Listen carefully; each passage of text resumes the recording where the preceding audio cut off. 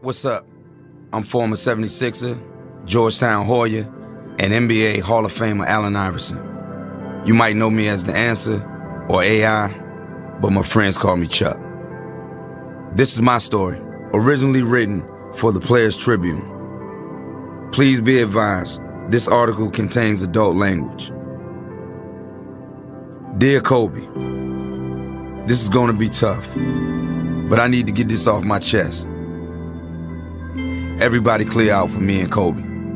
Clear the paint for Chuck and Kobe one last time. Kobe Bryant, my guy. The first time I saw you playing against Black Jesus, you were 18 years old. I knew you were a killer. That's when I realized you were going to be a legend in this game. You were going hard at Michael Jordan that night. No fear whatsoever. I mean, I knew from passing you in traffic over the years that you were a dog. But when I saw you going at Black Jesus like that, that's when I knew you were a kindred spirit. We might have grown up in different circumstances, but when I saw you on the court and how hard you were going, I knew we were raised with the same mentality. I wasn't tall, but in my mind, I was gonna be a giant out there every single night.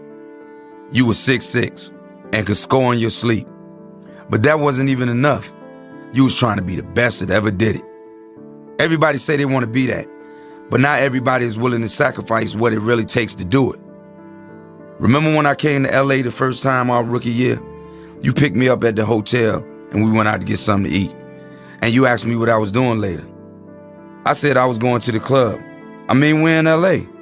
I'm going to the club. Kobe, come on, man. And what you say? I'm going back to the gym. You probably the only dude in the history of the game where the mystique wasn't exaggerated. The Mamba was no myth, man. It didn't even do you justice. 1, 2, 3 in the morning, we knew where you were. Me and you, every single time we stepped on the floor, we were going to war. But it wasn't an animosity thing. There was never beef. It was like heavyweight fighters beating the hell out of each other. And then at the bell, it's nothing but love and respect. Greatness needs company, and we needed each other. Mike needed Prince, like Prince needed Mike.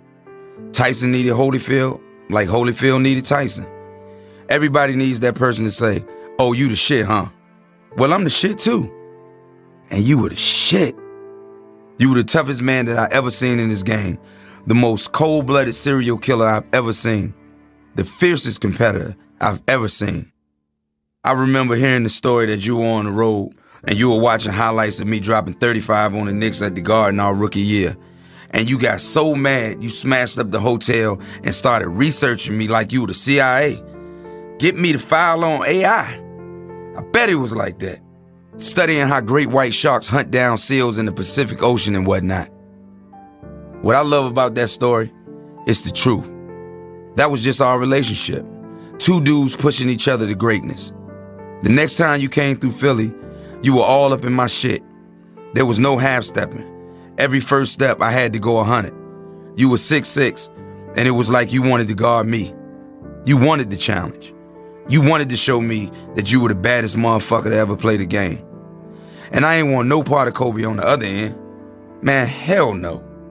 I ain't stopping you. Ain't nobody stopping you. You were Kobe. And you were gonna do whatever you wanted to do out there.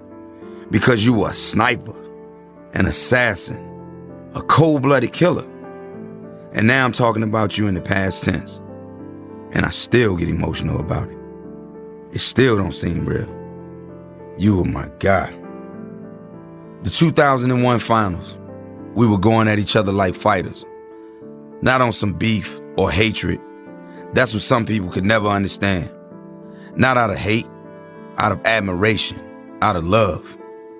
I can't tell you how many pictures I've seen of me and you at the free throw line, talking shit and just smiling.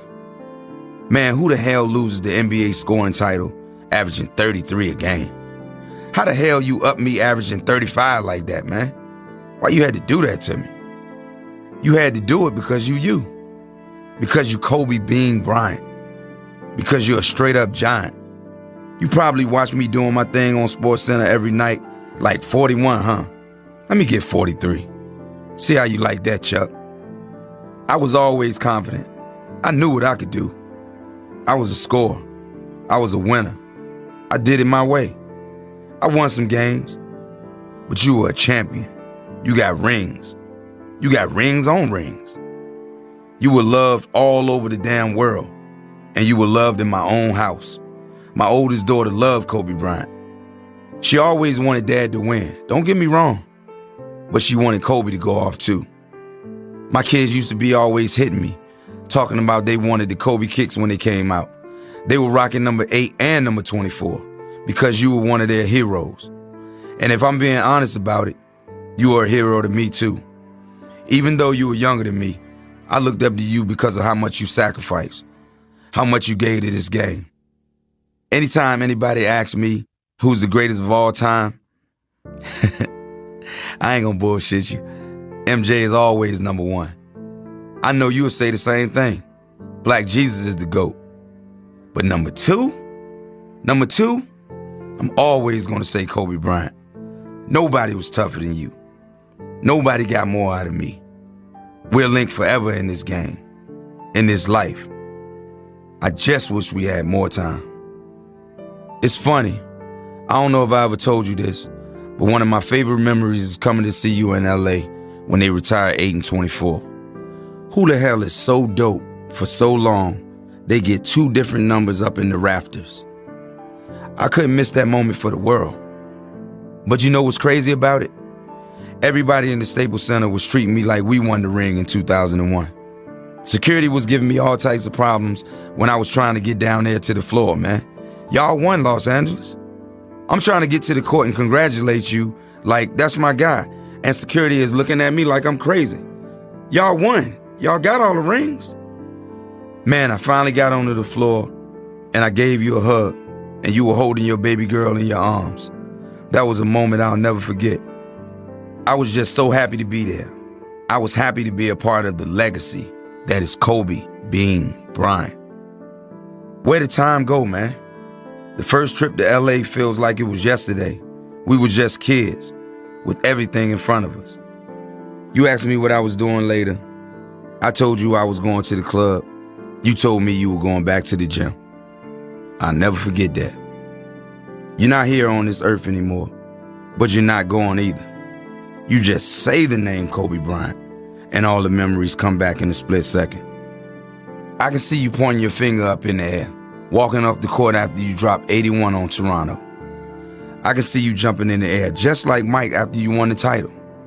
I can see you standing there next to me at the free throw line, smiling, not even saying anything, just looking at me like it's on, Chuck. Those memories ain't going nowhere. And yeah, we're gonna cry. We're still gonna cry sometimes when we remember that you really gone. But we're gonna smile like a motherfucker every time we think of the memories. I don't really know how I'm supposed to close out a letter like this. I don't really know how to say goodbye to an NBA legend, a father, a husband, a friend. I don't really have the words. All I know is, love you, bruh. Sincerely, Chuck.